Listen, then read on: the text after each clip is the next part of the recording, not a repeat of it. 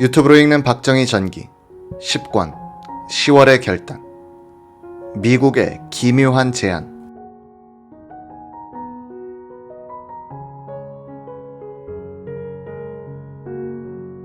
이즈음 판문점에서는 1968년 1월 23일에 동해상에서 납북된 미국 정보함 푸에블로호 승무원들에 대한 송환 협상이 지리하게 계속되고 있었다. 1968년 5월 8일 판문점에서 열린 군사정전위원회 회담에서 북한 측 대표 박중국은 미국 측 대표 우드워드 소장에게 미국이 서명해야 할 사과문 초안을 제시했다. 그 내용의 요지는 다음과 같았다. 푸에블로호는 조선민주주의 인민공화국의 영해에서 납포됐으며 푸에블로호는 여러 번 공화국의 군사 및 국가 정보를 염탐하여 왔다. 미국 정부는 미국 선박이 북한 영해에 들어온 이후 자행한 조선민주주의 인민공화국에 대한 간첩 행위에 대해서 사과하고 전적인 책임을 지며 앞으로는 영해를 침범하지 않을 것임을 보장한다. 미국 정부는 푸에블로호 승무원들이 그들의 범죄 행위에 대해서 정직하게 자백했고 미국 정부의 사과와 보장이 있었음을 고려하여 조선민주주의 인민공화국 정부가 승무원들에게 관대한 조치를 취해줄 것을 진지하게 요청한다. 박중국은 미국 측이 이런 내용의 문서를 제출한다면 승무원 문제를 해결하는 데 있어서 필요한 방도가 쉽게 강구될 것이다. 우드워드 장군이 다음 회의 때 준비한 문서를 갖고 나와주기를 바란다고 말했다. 우드워드 장군은 우리가 제출한 공정하고 합리적인 문서와 너무나 다르므로 상부에 북한 측의 문서를 올려보겠다고 답했다. 1968년 5월 17일 워싱턴을 방문한 소련 쿠즈네초프 외무차관을 맞은 딘 러스크 미 국무장관은 푸에블로호 문제 해결에 소련의 협조를 요청했다. 러스크는 우리가 하지도 않은 행위, 즉 북한 영해 침범에 대해서 사과할 수는 없다고 말했다.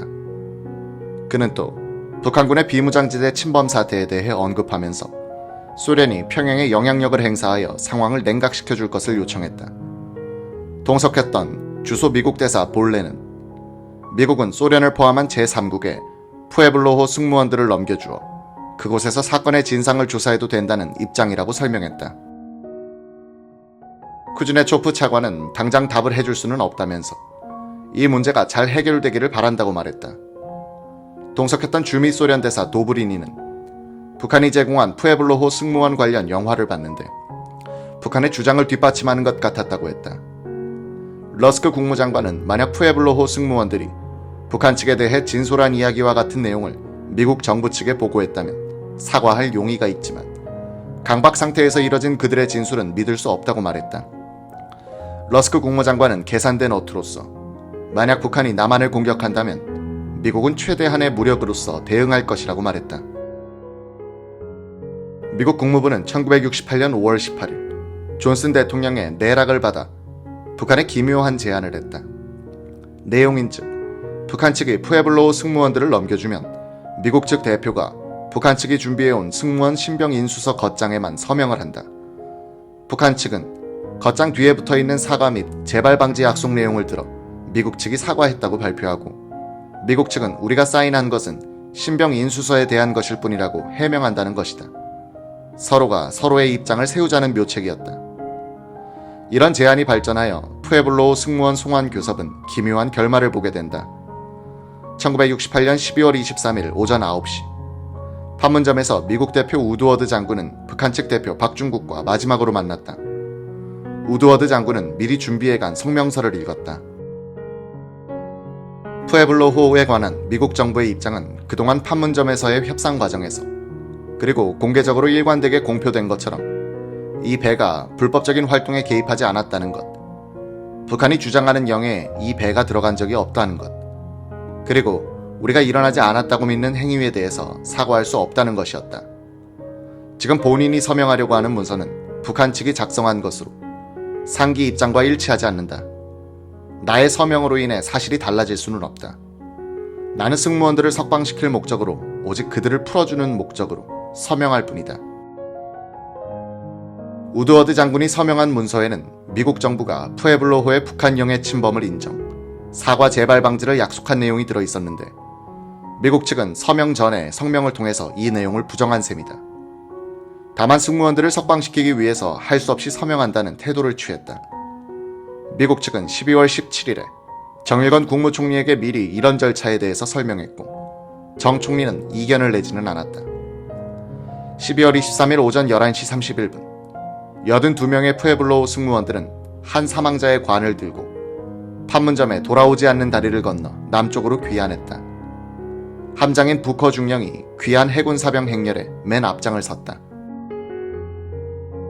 우드워드 소장은 기자들에게 북한 측에 오늘 아주 작은 양보를 했다고 밝혔다. 그는 푸에블로 승무원들을 데려오기 위해서는 어쩔 수 없었다고 말했다. 이날 판문점 지역에서 북한 측은 승무원들이 석방되기 전에 했던 석방해 주어서 감사합니다란 영어 및 한국어 인사말을 확성기로 트는 선전 방송을 계속했다. 이날 석방된 부커 함장은 판문점 내 미군 하사관 식당에서 마련된 기자회견에서 우리 배는 육지로부터 13헬이 떨어져 항행했기 때문에 영해를 침범한 사실은 없다고 말했다. 그는 또 납포되기 전 비밀 장비를 파괴하려 했으나 성공하지 못했다고 밝혔다. 부커 함장은 구타당한 사실도 폭로했다. 그들은 보통 주먹으로 때렸으나 가끔 곤봉으로 팼으며 축구를 잘해서 그런지 발길질로 세차게 고문하기도 했다. 나 자신은 주먹으로 입을 한 번 맞은 것을 비롯 2번 호되게 맞았다. 그들은 툭하면 집단적으로 혹은 개별적으로 때렸다. 지난주에만 해도 우리 승무원들의 약 반수가 그들에게 집단 구타를 당했으며 석방되는 오늘도 매를 맞았다. 그들은 내가 알고 있는 인간과는 너무나 다른 사람들이었다. 푸에블로호 승무원들은 12월 24일에 캘리포니아주 샌디에고 미라마 해군 기지로 보내졌다. 이곳에서 승무원들은 1969년 1월 10일까지 미국 정보기관으로부터 집중적인 조사를 받았다.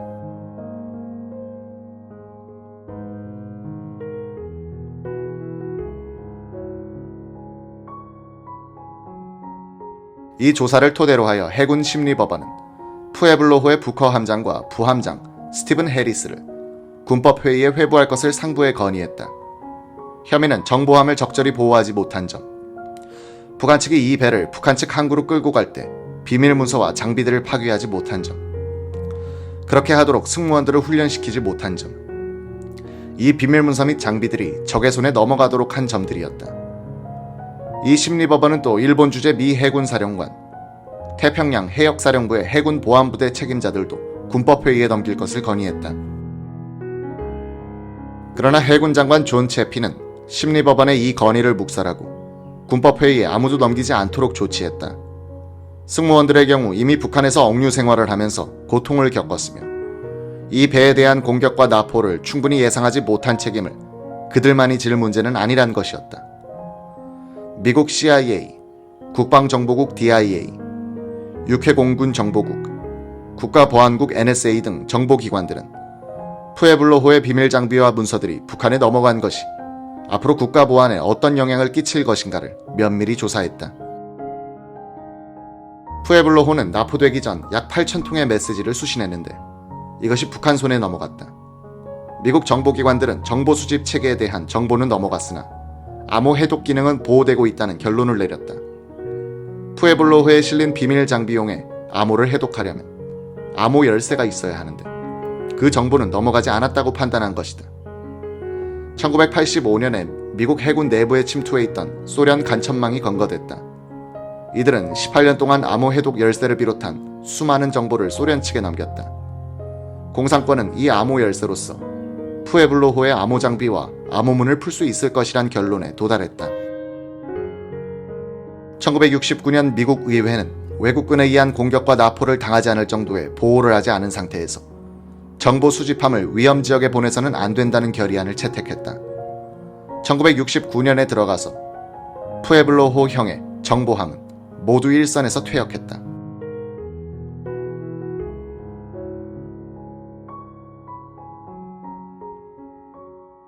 (1968년 11월 5일) 합참 대간첩대책본부장 유근창 중장은 지난 11월 2일 밤 경북 울진군 북면의 동해안에 30명 내외로 추정되는 북괴 무장 공비가 불법 침입, 양미를 학살하는 사건이 발생하여 군경과 향토 예비군이 이들을 포위, 섬멸 작전을 펴고 있다고 발표했다.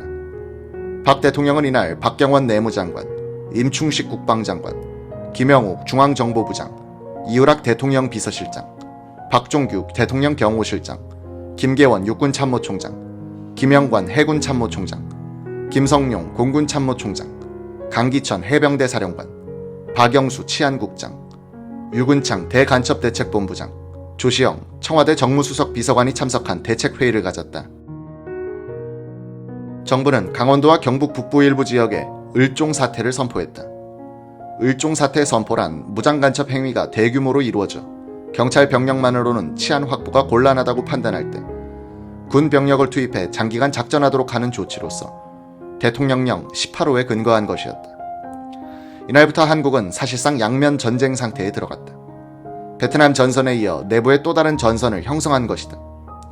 대간첩대책본부의 최초 발표와는 달리 동해안에 상륙한 무장공비 병력은 120명이었고 육군은 이들을 섬멸하기 위하여 수백 배의 전투병력을 동원했다.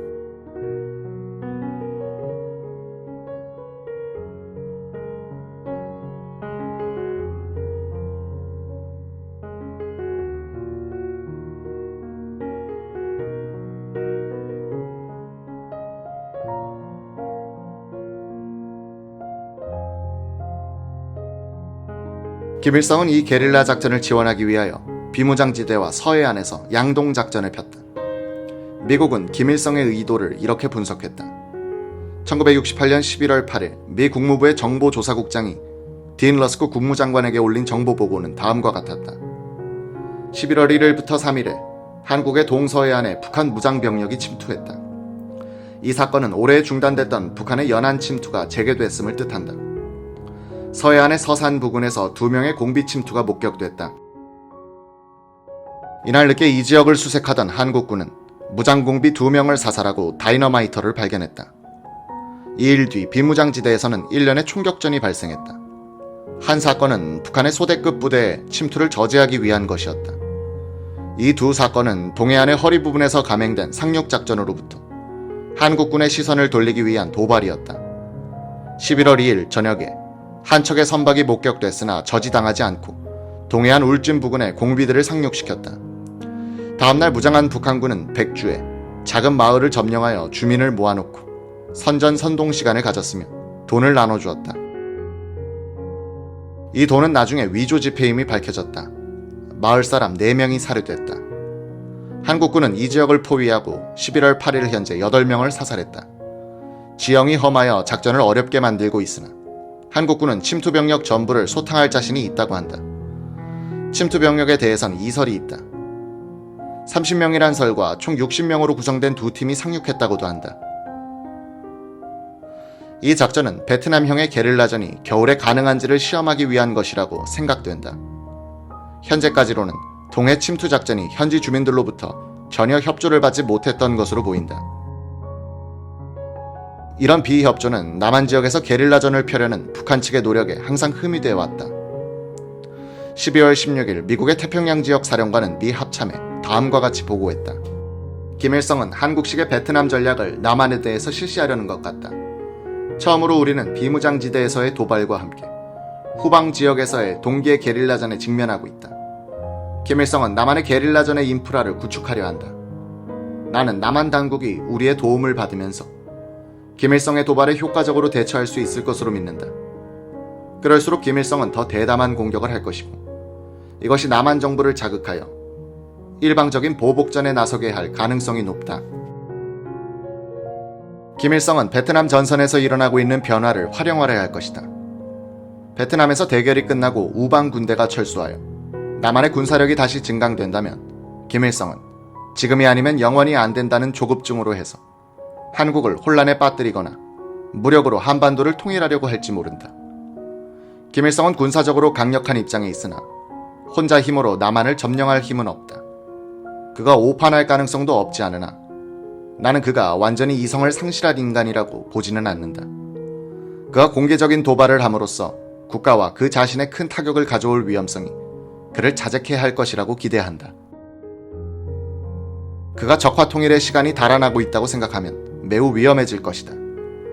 우리는 한국 상황을 면밀하게 지켜보고 있다. 유튜브로 읽는 박정희 전기 10권 10월의 결단 무장공비의 만행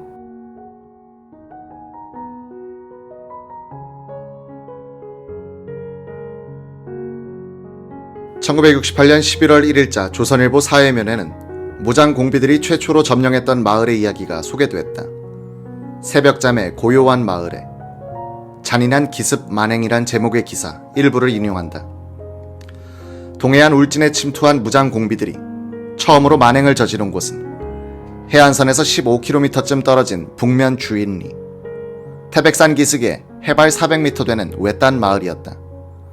7가구 50여 명의 주민들이 옥수수, 조, 감자 등을 심고 사는 가난한 마을이었다. 이들의 평화스러운 잠을 깨운 것이 11월 3일 오전 6시쯤 회색 싱글 신사복 차림에 넥타이를 맨 자와 붉은 점퍼를 입은 괴한 7명이 고숫골 오모씨 집에 나타났던 것이다. 오씨 집에서는 때마침 손자와 삼촌이 함께 옥수수와 조를 털고 있었다. 이들은 처음에 경북 유격대에서 주민등록증에 사진을 찍어주러 왔다고 속였다. 그리고는 다른 2명이 우리 일행이 많으니 쌀서 말로 밥을 지어달라 라고 요구. 방에서 기어나온 오노인이 우리 집엔 쌀은 없고 조뿐이라고 대답하자 그것으로라도 모두 밥을 지어달라고 다그쳤다.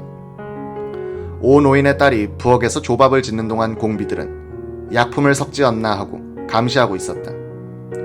그때 카메라를 맨 공비가 오씨 집안 식구들의 사진을 찍었으며 다른 5-6명의 공비들이 불황민 50여 명을 끌고 왔다. 모두 다발총, 기관단총, 권총 등으로 무장하고 수류탄은 몸에 2줄로 두르고 있었다. 이때 산 주위에는 약 20명의 공비들이 마을을 포위, 망을 보고 있었다.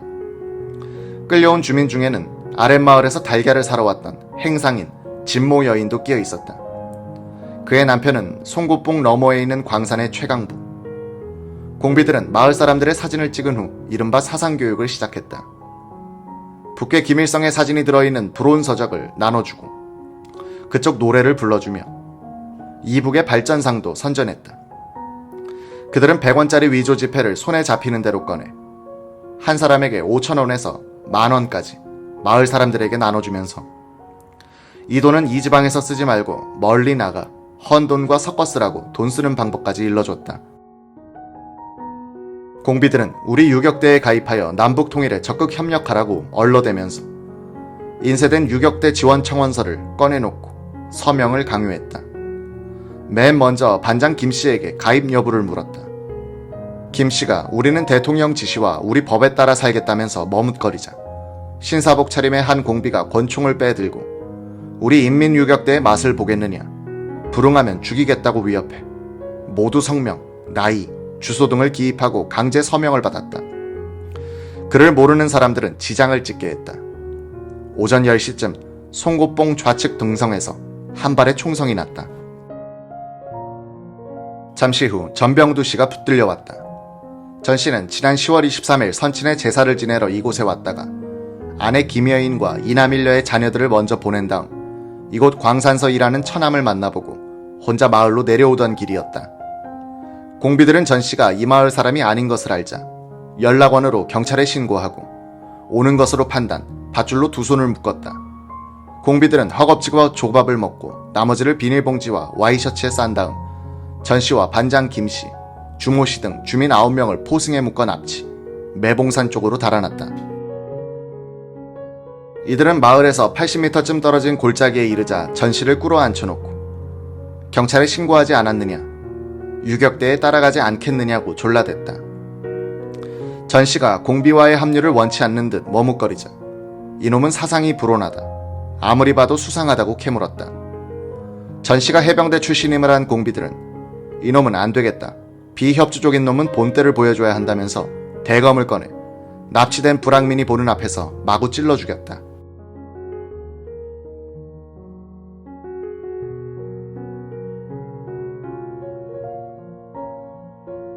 오후 1시쯤 이들은 자기들끼리 잠시 의논한 후 총부리를 겨누고 잘 봤지? 우리에게 협조해. 우리가 돌아올 때까지 마을에 가서 기다려. 우리는 다시 올 테니 집집마다 대피구를 파놔라. 사진까지 찍어두었으니 반항하거나 군경에 연락하면 죽인다 라고 위협하고 주민들을 돌려보냈다. 7시간 동안 붉은 만행을 직접 겪고 보아온 주민들은 5일 기자들이 현지로 찾아갔을 때도 겁에 질려 있었다. 울진 김은하 기자. 1968년 11월 11일 눈 덮인 동해안에서 무장공비 소탕작전이 진행 중이던 때 박정희 대통령은 고향인 경북 선산 농산물 가공공장 준공식에 참석했다. 그는 농민들 앞에서 치사를 하다가 강이 쪼가두었다. 여기 논들을 볼 것 같으면 금년에 벼농사가 끝나고 나면 지금부터 그 논은 앞으로 몇 달 동안 아무 수입도 없이 놀게 됩니다. 벼농사 한번 지어먹고 논을 6개월 동안 놀려둔다는 이런 식의 농사 가지고는 절대로 부자가 될 수 없습니다. 박 대통령은 그해 121 사태, 즉 북한 124군 특공대에 의한 청와대 기습 사건 때보다는 여유를 갖고 울진 삼척 무장공비 침투 사건에 대처할 수 있었다. 대한민국의 사령탑을 친 121 사건이 전략적인 기습이었다면 그보다 몇 배나 되는 병력으로 후방을 친 이번 사태는 전술적인 것으로 충격이 덜했던 것이다. 박 대통령은 선산 양송이 공장 준공식에 참석한 길에 상몰이 생가에도 들렀다. 맏형 동희 씨는 병석에 있었다. 이에 앞서 선영에 참배한 박정희는 한자로 되어 있는 비문을 한글로 고쳐가지고 올라오라고 친척에게 지시했다. 이 무렵 박 대통령은 한글 전용화 정책에 집념을 쏟고 있었다. 박 대통령은 1968년 11월 30일 수출의 날 치사에서 동해 무장공비 사건에 대해 언급하면서 김일성의 실패를 예언한다. 김일성이가 가지고 있는 정도의 무력을 가지고 대한민국을 전복하고 그들이 노리는 적화통일을 하기에는 벌써 시기가 지났습니다. 그동안 대한민국의 국력이 너무 커져버렸고 대한민국의 국방군이 너무나 강대해졌고 우리 대한민국 국민들의 정신무장이 너무 단단해졌기 때문입니다. 전면 전쟁을 도발해서 그야말로 대한민국을 그들이 생각하는 것처럼 뒤집어 엎느니보다 전쟁 행위를 중지하고 경제 건설을 많이 하고 수출을 많이 해서 북한 동포들이 좀 더 잘 살 수 있는 터전을 마련해 나가는 것이 현명한 길이지.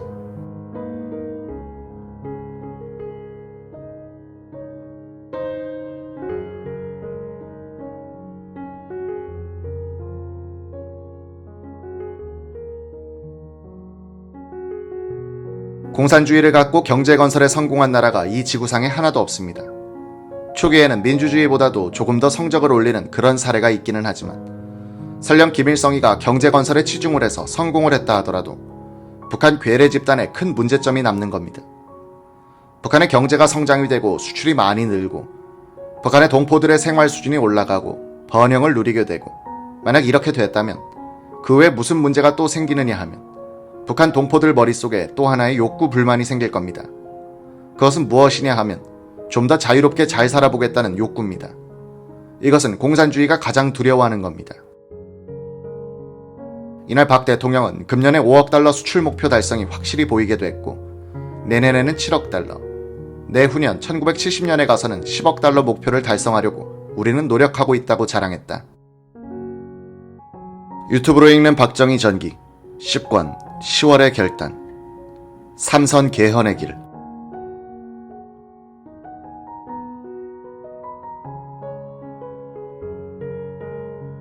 (1969년) 여름 박 대통령은 헌법을 개정하여 대통령이 3번 연임할 수 있도록 함으로써 자신이 1971년 대통령 선거에 출마할 수 있는 길을 여는 작업에 착수한다. 그 자신이 나서서 반발하는 공화당 국회의원들을 설득하기 시작했다. 삼선 개헌에 반대한 공화당 의원들은 김종필 전 당의장 계열이었다. 박 대통령은 이우락 비서실장을 보내 조카 사위를 청와대로 데려오게 했다. 김 씨가 들어가니 대통령은 담배를 권하면서 그동안 어떻게 지냈어? 라고 물었다. 그냥 지내고 있습니다. 요즘 돌아가는 얘기 들었지? 예, 알고 있습니다. 임자는 어떻게 생각하나? 반대하는 의원들 때문에 심통하신 모양인데 그게 다 각하를 생각해서 걱정하는 거지 각하께 반항하는 건 아니라고 봅니다. 저하고는 관계없습니다. 그 사람들을 설득해줘야겠어. 임자밖에 없어. 제가 설득해도 안 들을 겁니다. 해보고 그런 소리를 해. 임자가 날 도와줘야지 누가 도와줄 거야. 임자밖에 없어. 날 도와줘 조금 남은 일 더 하게 해줘. 이 다음엔 임자 차례야. 임자가 할 거 아니야.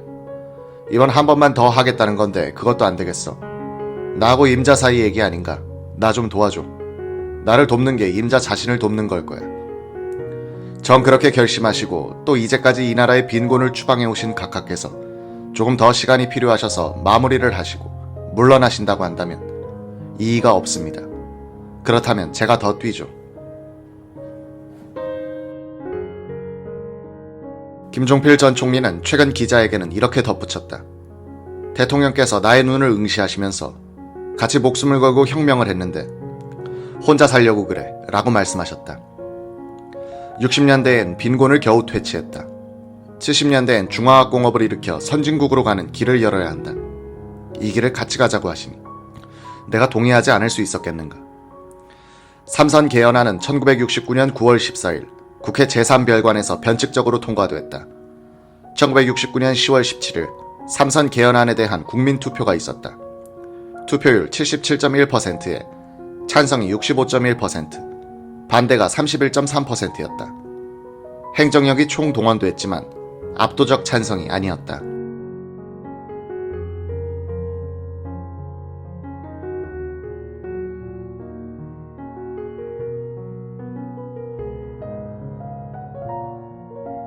정일관 총리 이하 내각과 이후락 비서실장은 박 대통령에게 일괄 사표를 제출했다. 만 2년간 상공부 장관직에 있었던 김정념 씨가 사무실에 짐을 꾸려 집으로 나르고 있는데 청와대에서 급히 찾는다는 연락이 왔다. 김 장관이 대통령 집무실로 들어가니 대통령은 팔짱을 낀 채 동쪽의 창가를 왔다 갔다 거닐고 있었다. 김 장관이 인사하니 대통령은 자리를 권했다. 박 대통령은 정색을 하더니 말했다. 내일 비서실장으로 발령낼 터이니 열심히 일해주시오. 카카, 저는 경제나 좀 알지 정치는 전혀 모릅니다.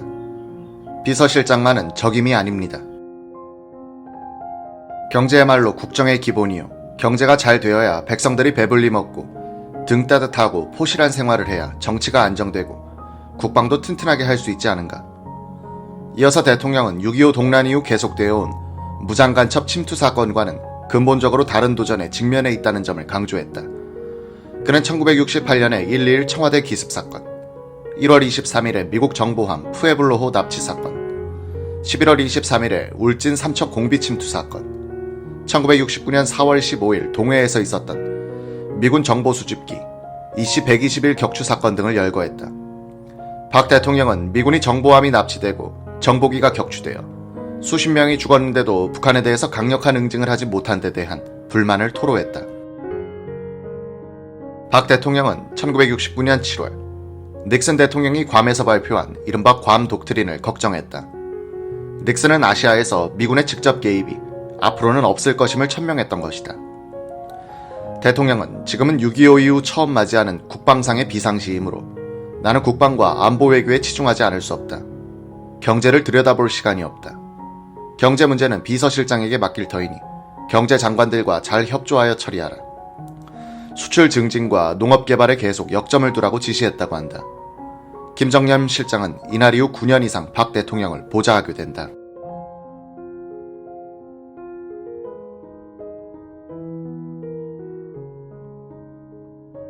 (1970년 1월 1일) 박 대통령은 신년사를 통해서 70년대의 비전을 밝혔다.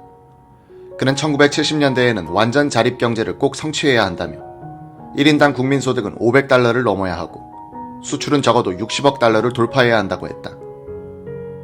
경제의 규모나 단위 그리고 평가의 기준은 모두 국제적인 수준에서 다뤄져야 하며 몇몇 상업 부분은 세계 1위를 자랑할 수 있게 돼야 합니다. 이것이 실현될 때 우리는 조국 근대화의 대부분의 작업들을 70년대에 끝내는 셈이 됩니다. 이에 1월 9일에 있었던 기자회견에서 박 대통령은 1960년대를 민족 자각의 연대였다고 높게 평가하면서도 위기의식을 강조했다. 이 시국이 전시냐 평시냐 하고 왈가왈부하는 사람들도 있다는데 한심한 일입니다.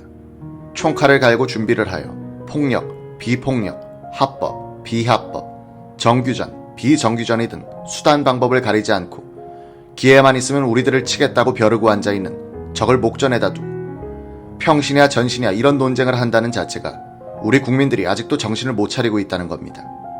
지금 우리가 잘못하면 1970년대에 우리 조상들이 정신을 차리지 못하고 얼빠진 생각을 가지고 있다가 이러한 수치스러운 역사를 남겼다는 말을 듣게 될 겁니다. 박 대통령은 1970년의 국정지표도 1968년 이후 3년째 똑같이 일면 건설, 일면 국방이라고 말했다. 박 대통령은 위기의식을 항상 고취시킴으로써 국민들이 벼랑에 선 기분으로 최선의 노력을 다하도록 몰아갔다. 이것이 그의 리더십이 중요한 대목이다. 삼성의 성공 비결 또한 이병철, 이건희의 끊임없는 위기의식 조장이었다. 이에 북한의 도발은 계속됐다. 6월 5일 서해 휴전선 남쪽 사해리 해상에서 어선단을 보호하고 있던 우리 해군 방송선을 북한 고속정 2척이 납치해갔다. 그 17일 뒤인 6월 20일 국립묘지 현충문 폭파 사건이 일어났다. 이는 박 대통령의 목숨을 노린 음모였다. 이날 새벽 북한 무장특공대 3명이 국립묘지의 추념재단 앞 현충문에 올라갔다. 이들은 몰래 폭탄을 장치하려다가 터지는 바람에 한 명은 즉사하고 2명은 달아났다가 사살됐다. 6월 25일 남침 기념일에 박 대통령 일행이 현충문을 통과할 때 인근에서 원격 조종으로 폭파시켜 주기로 했던 사건이 미수로 그친 것이다. 북한은 1983년 10월 9일 미얀마의 아웅산 묘소를 방문하던 전두환 대통령 일행을 노리고 같은 수법의 테러를 가해 17명의 장관급 엘리트들을 죽였다. 1970년 7월 5일 미국의 로저스 국무장관은 마닐라에서 열린 월남 참전 7개국 외무장관 회의 때 최규하 장관에게 주한미군 2개 사단 중 7사단을 철수하겠다고 통보했다. 그 전에 8월 22일, 23일 미국 샌프란시스코에서 열렸던 한미 정상회담에서 닉슨 대통령은 주한미군의 계속 주둔을 약속했으나 박 대통령은 다른 감을 잡았다. 그는 그해 9월 24일 대구에서 미군의 주둔이 종결될 때를 대비하여 국군의 정예화를 기해야 한다고 말했던 것이다. 한국군이 2개 사단, 약 5만 명의 대군을 월남 전선에 보내놓고 있는데 주한미군을 감군하지는 않을 것이란 예상이 빗나간 것이다. 1970년 8월 24일 에그뉴 부통령이 7사단 철수에 따른 협상을 위해 대통령 특사 자격으로 서울에 왔다. 박 대통령은 에그뉴와의談判을 준비하기 위하여 2주일간 거의 모든 일정을 미루고 대책 구상에 몰두했다. 김정념 실장은 이 기간 중엔 아침, 저녁 2차례 극히 중요한 사안만을 보고하고 결재를 받았다.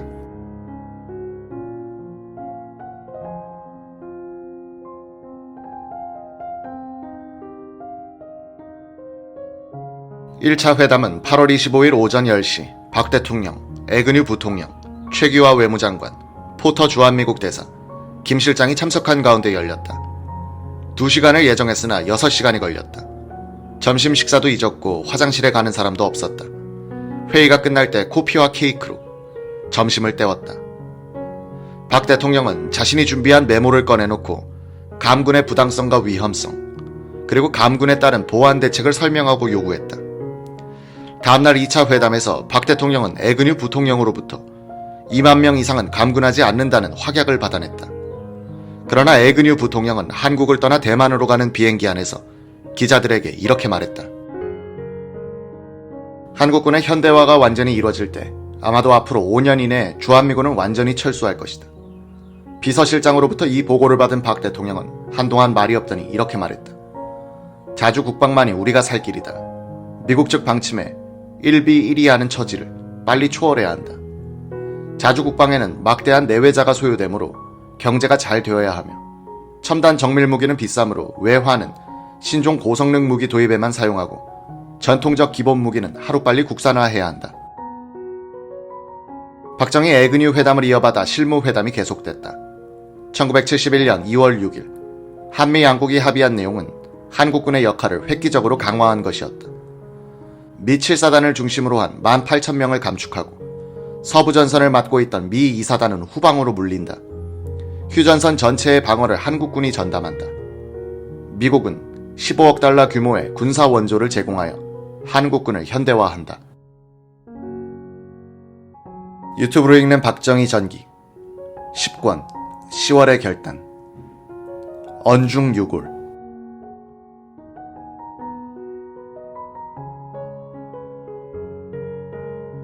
1971년 4월 25일 서울 장충단 공원에서 박정희 후보는 4월 27일에 있을 제7대 대통령 선거를 위한 마지막 연설을 했다. 박 대통령은 서두를 이렇게 시작했다. 요즘 우리나라 야당 사람들이 나에 대한 인신공격을 하는 가운데서 이런 소리를 하고 있는 것 같습니다. 이번에 또다시 박 대통령을 뽑아주면 총통제를 만들어 앞으로 박 대통령이 죽을 때까지 대통령을 해먹을 것이다. 이렇게 얘기합니다. 유권자 여러분, 오늘 이 자리에서 분명히 말씀드리거니와 내가 이런 자리에 나와서 여러분에게 나를 한 번 더 뽑아주시오 하는 정치 연설은 이것이 마지막이라는 것을 확실히 말씀드립니다. 그는 자신의 성취를 자신감 있게 피력했다. 현재 우리나라는 전 세계 개발도상국 가운데서도 가장 모범적이란 평을 듣고 있습니다. 지난 10년 동안에 전 세계 120여 개국 중에서 어느 나라가 가장 경제 성장이 빨랐는가 하고 유엔과 세계은행에서 통계를 내어봤더니 가장 경제 성장이 빠른 국가 중에서도 우리 대한민국이 세 번째에 들어갔습니다. 또 어느 나라의 수출 성장이 제일 빨랐는가 하면 120여 개국 중에서 우리나라가 단연 1위였습니다. 박 대통령은 옛날 이야기를 했다. 10년 전 5.16 혁명이 나기 며칠 전 대구 시내에 있는 몇몇 백화점에 들러서 네이와 양말을 사려고 주인한테 네이와 양말이 있습니까? 하고 물었더니 내 앞에 내놓은 물건은 전부가 일제 아니면 미제, 홍콩제뿐이었습니다.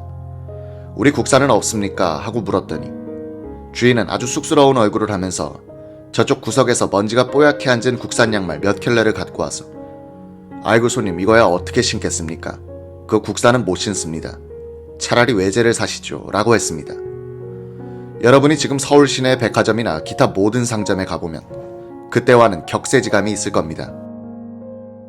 이날 연설에서 박 대통령이 이번 선거를 끝으로 다시 입후보하지 않을 것이니 꼭 찍어달라고 호소하지 않으면 수도권에서 김대중 후보에게 너무 뒤져 위험하다고 건의한 사람들이 많았다. 공화당의 수도권 선거 책임자이던 강성원도 그 가운데 한 사람이었다. 그는 며칠 전 박 대통령을 만났다. 카카, 다시는 출마하지 않는다는 약속을 해주십시오. 그렇지 않으면 표가 안 나옵니다.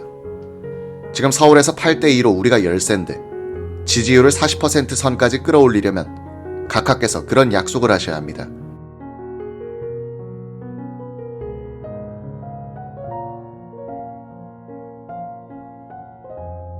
이렇게 말했더니 박 대통령은 담배를 쥔 손을 바르르 떨었다. 화가 나면 나타나는 버릇이었다. 대선을 사실상 총괄적으로 지휘하고 있었던 이우락 정보부장은 전날 박 대통령이 부산 유세를 끝내고 열차편으로 서울역에 도착했을 때 마중을 나갔다. 같은 차를 타고 청와대로 가는 도중에 이 부장은 내일 유세 때는 꼭 이번이 마지막 출마다는 말을 해주셔야 합니다 라고 했다. 박 대통령은 지방 유세의 분위기가 좋았는데 무슨 그런 소리를 하느냐고 기분이 나빠졌다. 이 부장은 이날 장충동 공원 유세장으로 가는 박 대통령에게 다시 카카 어제 그 말씀 꼭 하십시오 라고 졸랐다. 그는 선거 추이를 분석한 결과를 보고하면서 결코 낙관적이지만은 않다고 말했다. 박 대통령은 말없이 뚱 하고 나갔다. 언론은 이날 박 후보가 불출마 약속을 했다고 보도했지만 그는 장충단 연설에서 그런 약속을 하지 않았다. 다만 나를 한 번 더 뽑아주시오 하는 정치 연설은 이것이 마지막이라고 했을 뿐이다. 표를 구걸하지 않는다는 뜻이지 대통령을 3번만 하겠다고 못 박지 않았다. 언론은 박 대통령의 깊은 뜻을 눈치채지 못하고 이날 연설을 사선 불출마 선언이라고 보도했다. 이날 연설을 분석하면 박 대통령이 마음속으로 헌정을 중단시키는 일대 결심을 하고 있었음을 알 수 있다. 이날 박 대통령은 국민들을 속이지 않으려고 애썼다는 이야기다. 이날 연설의 묘한 뉘앙스 차이를 이해한 사람은 별로 없었다. 정세 분석에 강한 강성원 의원만이 자신이 건의한 내용과 박 대통령이 말한 것의 차이에 유의했다. 그는 그 뒤에도 박 대통령의 연설을 유심히 분석하다가 1972년 10월 1일 국군의 날 연설에서 국력의 조직화, 능률의 극대화란 단어가 나타나자 주위에 이달 안으로 큰일이 일어날 것이다 라고 말하고 다녔다. 장충단 공원 연설은 박 대통령에게 선거와 민주주의에 대한 근원적인 회의를 갖게 했음이 여러 증언들에 의해 확인되고 있다. 1972년 6월 어느 날 청와대 사정특보인 홍종철이 동훈 비서관과 함께 박정희 대통령에게 전국 금융기관의 편중 대출 상황 보고를 했다. 편중 대출을 많이 받은 순서로 100대 기업과 개인을 표로 만들어 올렸다. 이를 훑어본 박 대통령은 이 사람들이 나한테 말하던 내용과는 영 다른데 이거 쓸모가 있겠군 이라고 하면서 기분이 좋아 보였다. 박 대통령은 집무실 연문을 열고 뜰로 나가 야외 식탁을 마련케 하고 두 보고자와 함께 점심을 하게 됐다. 홍 특보가 카카 요사이 시중에서 이상한 소문이 돌고 있습니다. 북한 요인이 서울을 다녀갔다던가 하는 소문인데 라고 했다. 박 대통령은 아무 반응도 보이지 않고 1년 전에 있었던 선거 이야기를 꺼냈다. 동훈 비서관, 지난번에 내가 장충단에서 유세할 때 가봤겠지. 예, 굉장히 많이 모였더군요. 이 사람이 모였다고. 모이긴 무슨 모여. 그냥 실어다 날랐지. 하하. 동훈 비서관은 박 대통령이 대통령 선거 장충단 유세 때의 군중이 대부분 관권과 금력에 의해 동원된 것임을 알고 있구나. 역시 속는 분이 아니구나 하는 생각을 했다고 한다. 박 대통령은 이야기를 계속했다. 그런데 그 군중이 나는 참 무서웠어. 군중이 혼란을 일으키면 결국 무력을 동원해야 진정이 돼요. 내가 4.19 때 부산 계엄사무소장이었는데 그런 꼴을 봤어요. 내가 정복을 입고 군중 앞으로 나아가서 같이 만세를 부르자고 하여 진정을 시켰어요. 만약 그 장충동에서 북괴가 모략전을 펴서 경찰관 복장을 한 사람으로 하여금 총을 쏘게 해놓으면 걷잡을 수 없는 상황이 벌어진다고. 그걸 빌미로 하여 북괴가 군대를 들여보낼 수도 있지 않겠어. 그날 나는 연설할 때 그런 걱정으로 내가 무슨 말을 하는지 모를 정도였어요. 연설을 마치고 내 자리로 돌아와서 수행원에게 맨 처음 물은 말이 휴전선에 이상이 없느냐였어. 청와대로 돌아와서도 군중들이 다 해산했다는 보고를 받고 저녁을 먹었어. 작은 회사도 사장을 뽑을 때는 이런저런 점을 살펴보고 신중하게 하는데 하물며 국가의 운명을 짊어지는 대통령을 뽑는데 그런 식으로 군중을 잔뜩 흥분시키고 감정을 돋워놓고 그것이 식기도 전에 투표장으로 이끌고 가서 표를 던지게 한다면 엉뚱한 사람을 뽑지 않는다는 보장이 있는가 말이야. 동훈 비서관은 법을 배운 사람이고 민주주의에 대해서 많이 알 터인데 어디 말해봐요. 이게 민주주의요. 가장 냉정하게 판단해야 할 대통령 선거에서 가장 감정적으로 유권자를 만들어 놓기 시합하는 것이 민주주의냐 이 말이야. 박 대통령은 듣고만 있는 두 사람 앞에서 말을 이어갔다. 그때 장충동에서 내 연설 자세히 들었겠지. 네, 이게 마지막 유세라고 하시는 말씀 감명이 깊었습니다. 무슨 소리야. 내가 한 말은 이제 다시는 여러분들한테서 표를 달라는 말을 하지 않겠습니다 였다고. 동훈 비서관은 이 말은 언중유골이구나 하는 생각이 들었다. 박 대통령은 이때 갑자기 손바닥으로 탁자를 탁 치더니 이렇게 내뱉는 것이었다. 이제 그따위 놈의 선거는 없어. 동훈 비서관은 섬뜩한 느낌이 들었다. 박 대통령은 이어서 인도네시아 헌법에 대해서 동훈 비서관에게 물었다. 자연히 인도네시아 이야기로 화제가 올라갔다. 박 대통령은 인도네시아의 역사와 정치에 대해서 소상하게 알고 있었다. 박 대통령은 특히 1965년에 공산당이 반란을 일으키고 여기에 수카르노 대통령이 노란하자 수하르토가 나서서 공산당을 진압하는 과정에서 수십만 명이 사륙당하는 과정을 설명해 나갔다.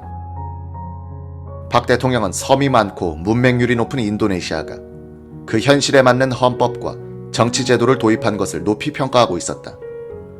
박 대통령은 식탁에서 일어서면서 두 사람에게 오늘 한 이야기는 옮기면 안 되라고 일침을 놓았다.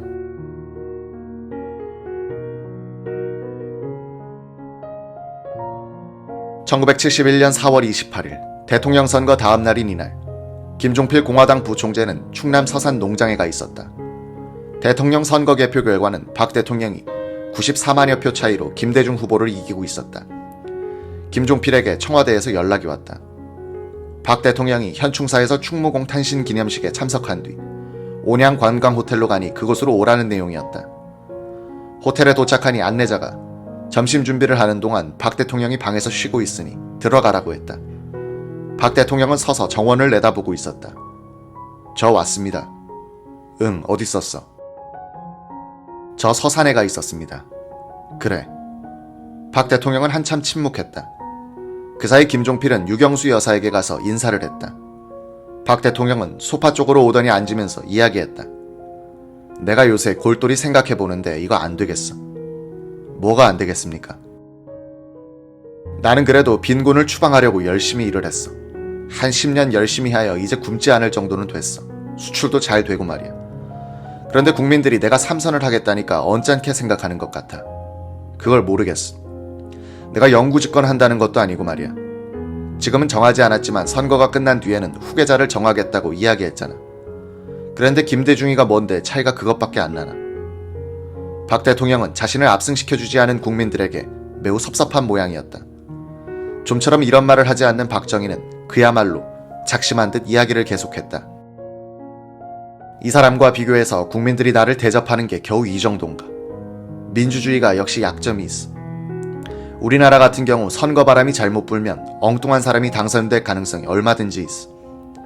그랬을 때 과연 이 나라가 일관성 있게 자유민주주의 체제를 유지할지 의심스러워. 그래서 내가 심각하게 걱정을 해. 박 대통령은 이렇게 덧붙였다. 자네도 알다시피 우리가 돈을 얼마나 썼나. 행정력은 얼마나 구사했나. 절대 다수의 의석을 차지하는 공화당이 각 지구당에 돈을 얼마나 내려보냈나 말이야. 그래도 요것밖에 차이가 안 나. 이 대목에서 김종필이 말했다. 선거에 취약점이란 게 왜 없겠습니까? 이번에 각하표가 의외로 적었던 것은 역시 저희 보좌하는 사람들의 잘못인 것 같습니다.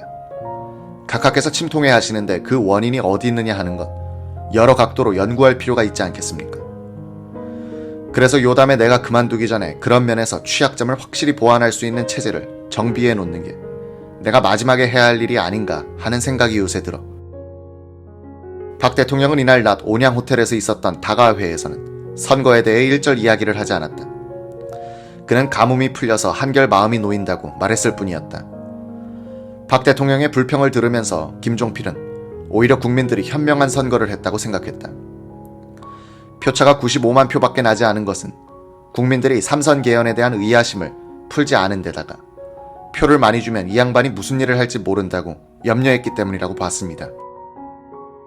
1970년 12월 조선일보에 고상현이라는 27세 파월 장병 출신이 겪고 있는 고통에 대한 작은 기사가 났다.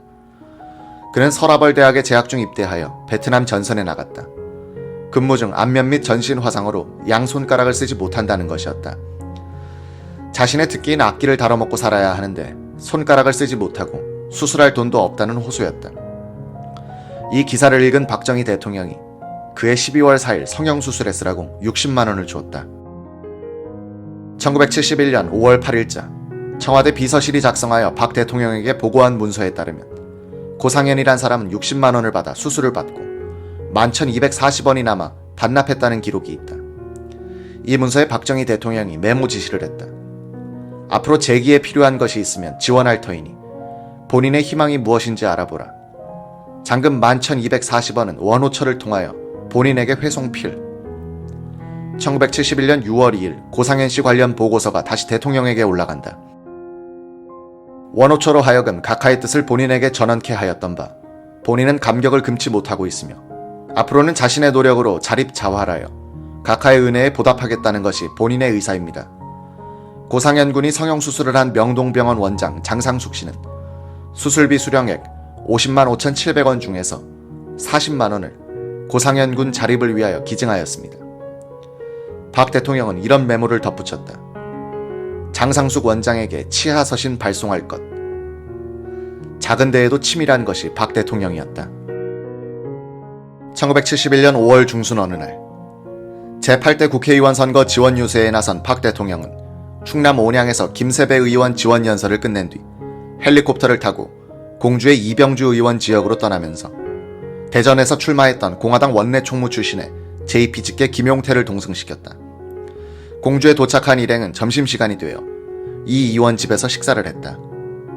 점심을 끝낸 다음 박 대통령은 주인인 이 의원과 김정년 비서실장, 박종규 경호실장에게 좀 쉬고 있으라고 하고 나 김용태 의원하고 이야기 좀 하겠어라고 했다. 자네도 알다시피 지난 서울 유세 때 후계자를 키우겠다고 했는데 자네 생각은 어떠한가? 그러한 중대사는 전적으로 각하의 의중에 달린 것이라고 생각합니다. 저 같은 신분으로서는 생각조차 할 수 없습니다. 삼선 개헌 전에 김종필을 후계자로 밀다가 혼이 났던 김용태로서는 사양하는 수밖에 없었다. 갑작스레 물어보니 대답하기 어렵겠지. 자네 생각나나? 6.25 때 대구 우리 집에서 맹세한 것. 이 나라에서 빈 곳만은 없애보겠다 라고 한 말. 이제 그 꿈이 이뤄지고 있네. 나도 삼선 개헌이 무리였다는 걸 잘 알고 있어요. 이승만 박사도 개헌을 하지 않았던들 지금은 국부로서 존경을 받고 있었을 거야. 그러나 그동안 우리가 이룩해놓은 국부와 국력을 북괴가 남침해서 하루아침에 불살라버리지 않을까 하는 걱정이 커. 경제를 지속적으로 발전시키고 국력을 기르고 국방을 튼튼히 해줄 사람이 없단 말인가. 각하께서 하문하신 일은 저로서는 상상조차 못할 일입니다. 이 사람아, 자네는 삼선 개헌을 반대하다가 내가 저질러 놓은 일들을 마무리 짓기 위해 개헌을 하겠다고 하니 동의해주지 않았나. 같이 걱정하는 뜻에서 묻는 것이야. 다른 뜻은 없어 이 친구야. 김용태는 박 대통령과는 광복 직후부터 인연이 있었고 몇 안 되는 민간인 출신 5.16 혁명 동지였다. 박 대통령은 공화당 초대 원내 총무로 그를 임명하고 두목이라는 애칭을 붙여주었다. 그는 1968년 공화당 내에서 김종필 의장을 후계자로 옹립하려는 국민복지회란 단체를 만들었다는 혐의로 당에서 제명됐고 1969년에는 공화당이 발의한 삼선 개헌안에 반대하고 있었다. 이해 7월 김 의원이 태릉 골프장에서 골프를 치고 있는데 김재규 육군 보안사령관이 찾아왔다. 담담하게 지내는 사이였던 김 사령관은 벌써 김 의원 집에 들러서 양복까지 가져왔으니 청와대로 같이 갑시다 라고 했다. 그는 김재규의 차를 타고 가서 오랜만에 박 대통령을 만났다. 박 대통령은 약 40분 동안 삼선 개헌안에 가표를 던져줄 것을 설득했다. 박 대통령은 김 의원에게 공화당 내 개헌 반대자들도 돌려놓아달라고 부탁했다. 김용태는 오히려 대통령을 돌려놓으려 했다. 내가 자네한테 설득을 당하고 있군. 김 의원 어때? 지금까지 버려놓은 일들을 마무리하는 데까지만 시간을 얻을 수 없을까? 저질러 놓은 일들이나 끝내고 학교로 돌아가 평생을 보내고 싶어. 우리 집사람도 자네와 똑같은 이야기만 하는데 사무실만 나오면 딴판이란 말일세.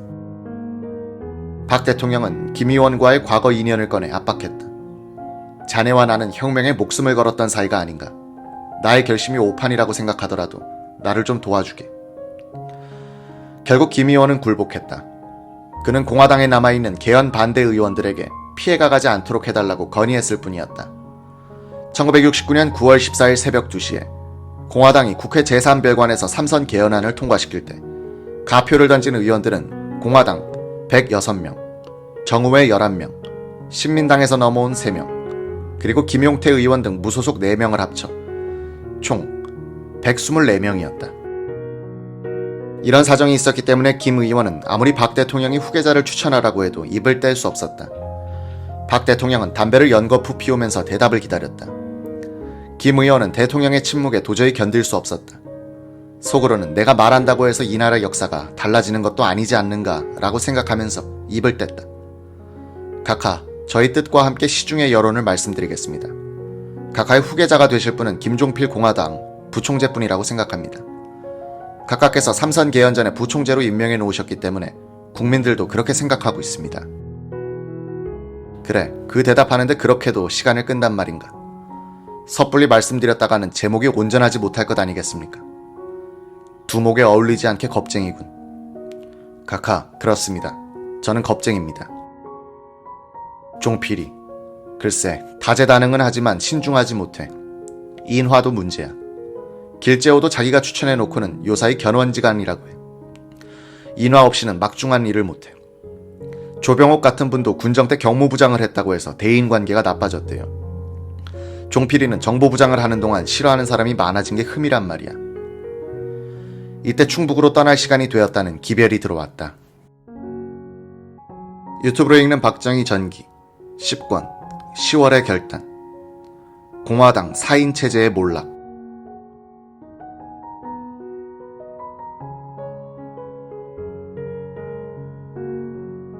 1971년 5월 25일 이날 치러진 제8대 국회의원 선거에서 야당인 신민당이 약진했다.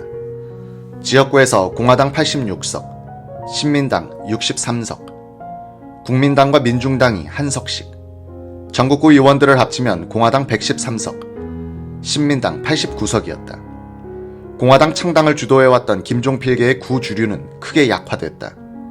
김성곤으로 대표되는 5.16 이전의 소위 구정치인들과 그들과 손잡은 길재호 같은 혁명 주체들이 공화당의 주도권을 잡은 것처럼 보였다. 이 신주류는 흔히 4인 체제라고 불렸다. 당의장 백남옥, 재정위원장 김성곤, 사무총장 길재호, 원내 총무를 지낸 김진만이 당을 끌고 갔는데 특히 김성곤의 지도력이 강했다. 이 4인 체제는 박정희를 위해 총대를 메고 삼선 개헌을 성공시켰고 1971년에 들어서는 대통령 선거와 국회의원 선거를 주도하면서 더욱 영향력이 커졌다. 박 대통령도 자신의 당선과 공화당의 승리를 위해서는 이들이 요구하는 인사, 공천, 청탁을 거절할 수 없는 처지였다. 박 대통령은 당연히 이들에게 감사하는 마음이 있어야 마땅하지만 권력자의 심리는 그렇게 단순할 수 없었다. 깔끔하고 소박한 박 대통령과 사인 체제로 상징되는 구 정치인들은 생리적으로 맞지 않은 면이 있었다. 박 대통령은 돈과 이권이 오고 가는 여야 정치인들의 밤낮이 다른 모습에 대한 정보 보고를 받을 때마다 이를 이용하고 허용할 수밖에 없는 자신에 대해 자존심이 상했다. 더구나 김성곤은 4년 후를 겨냥하여 내각제 개헌을 꿈꾸고 있었다. 그는 폭넓은 인간관계와 풍부한 자금을 바탕으로 하여 언론계와 야당에도 인맥을 구축해놓았다. 이따위 놈의 선거는 그만해야 돼 라고 생각하고 있던 박 대통령에게는 이런 김성곤의 야망이 방해물일 수밖에 없었다. 이런저런 고려를 반영한 대통령의 인사가 1971년 6월에 김종필 국무총리 기용이었다. 내무장관은 오치성, 오 장관은 취임하자마자 지사, 치안국 간부, 시장, 군수, 경찰서장에 대한 대폭적인 교체와 인사이동을 단행했다. 선거에 큰 역할을 하는 이런 요직의 인사 때는 공화당의 사인체제와 협의를 거치는 것이 관례로 되어 있었다. 당시 요직에는 두 차례 선거를 위해서 공화당 실력자들이 천거한 인물들이 많이 앉아 있었다. 이들을 물갈이한 것이다. 오 장관은 물론 박 대통령의 결재를 받아서 했다. 그는 내무부의 고위 공무원과 특히 경찰 간부들이 어떻게 공화당, 특히 사인체제와 연결되어 있는지를 조사하여 박 대통령에게 보고하고 철저하게 조사하여 시정 조치를 취할 것이라는 지침을 미리 받았던 것이다. 김성곤, 길재호는 이것이 오 장관의 독단이든지 김종필 총리의 보복이라고 판단한 듯하다. 공화당 주류를 대표하는 이 두 사람은 박 대통령이 자신들을 거세하려고 오 장관을 부리고 있다는 생각은 하지 않았지만 여기서 자신들의 힘을 과시하지 않으면 안 된다는 강박감을 느꼈을 것이다.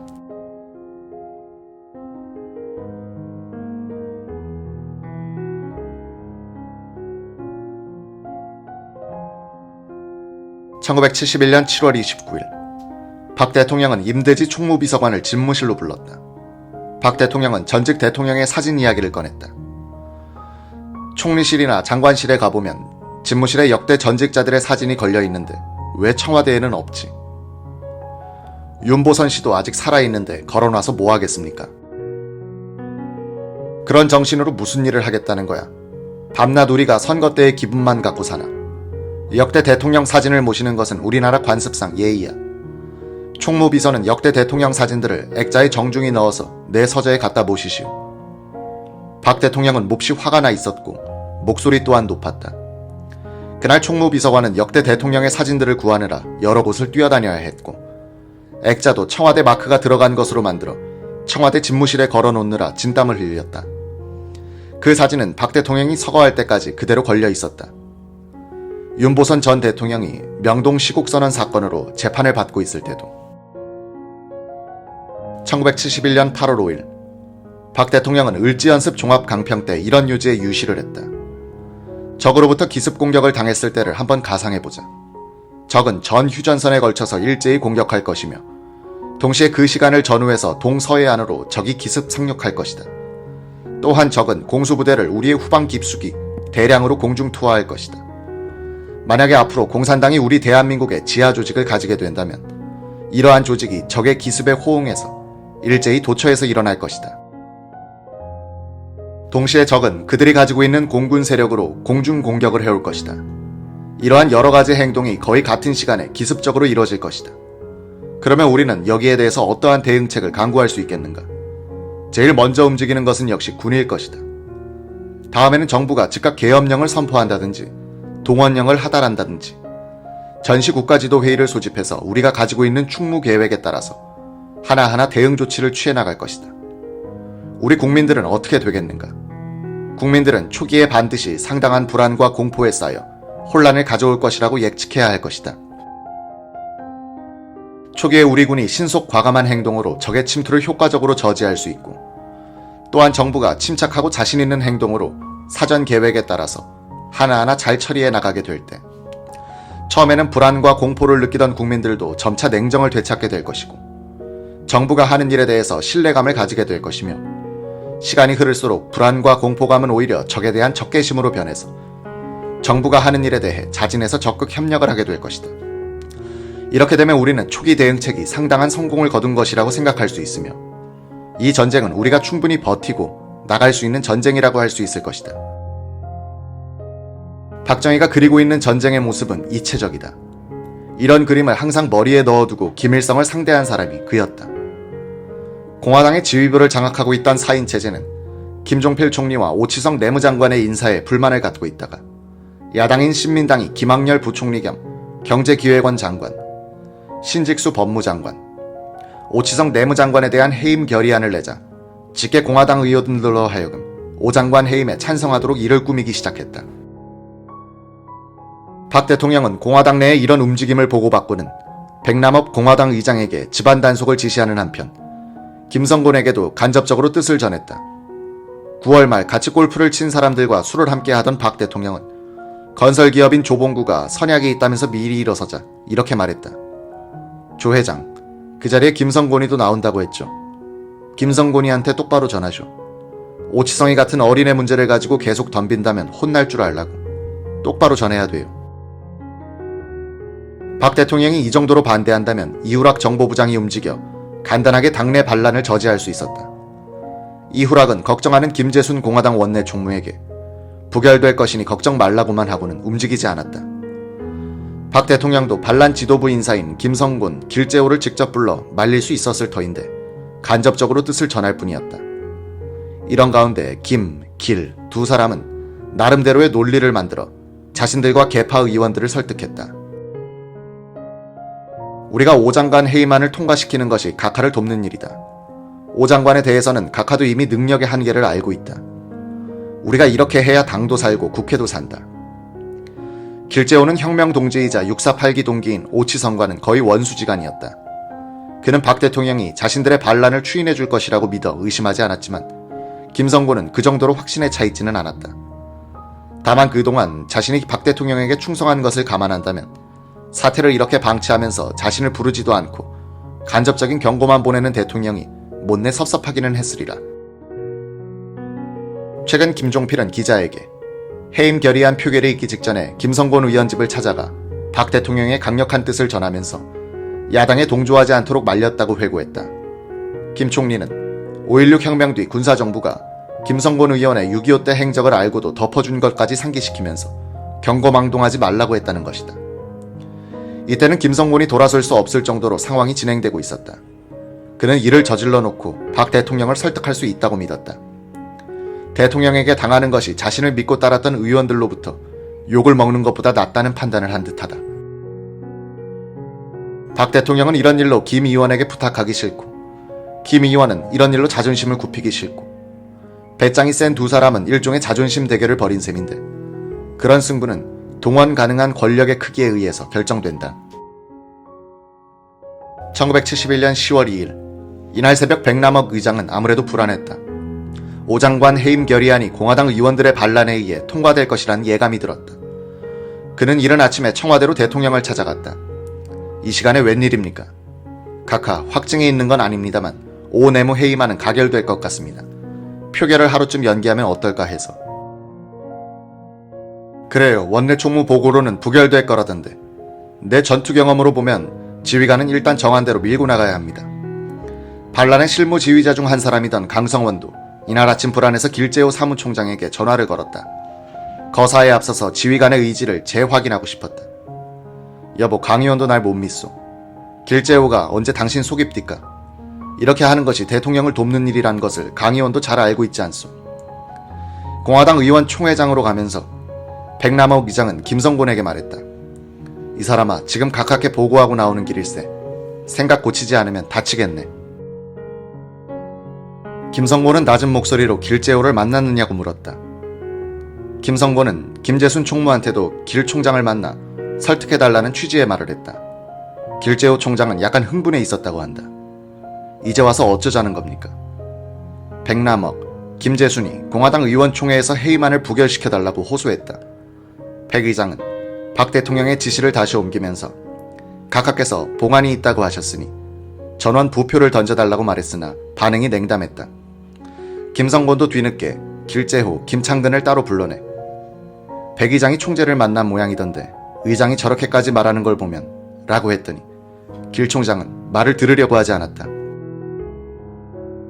이날 본회의에서 김학렬 부총리, 신직수 법무장관에 대한 신민당의 해임안은 부결됐으나 오 내무에 대한 해임안은 공화당 의원 20여 명의 이탈로 해서 가결됐다. 김정년 비서실장이 박 대통령에게 이 소식을 전했다. 뭐 통과라고, 몇 표래. 그러고는 말없이 외면해버렸다. 김 실장이 나간 뒤 박 대통령은 공화당 의장실로 전화를 걸었다. 백 의장이 각하 뵐 면목이 없습니다라고 했다.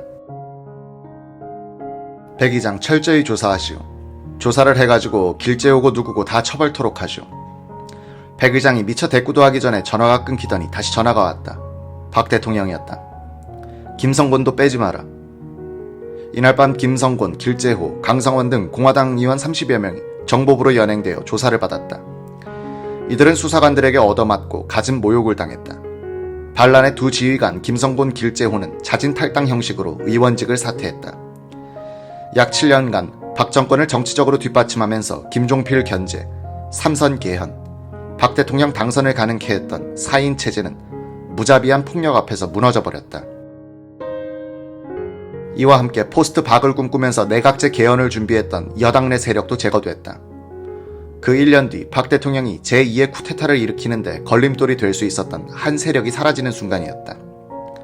또 다른 독자 세력인 김종필은 이미 국무총리로서 유신 쿠데타로 가는 길에 동행자가 되어 있었다.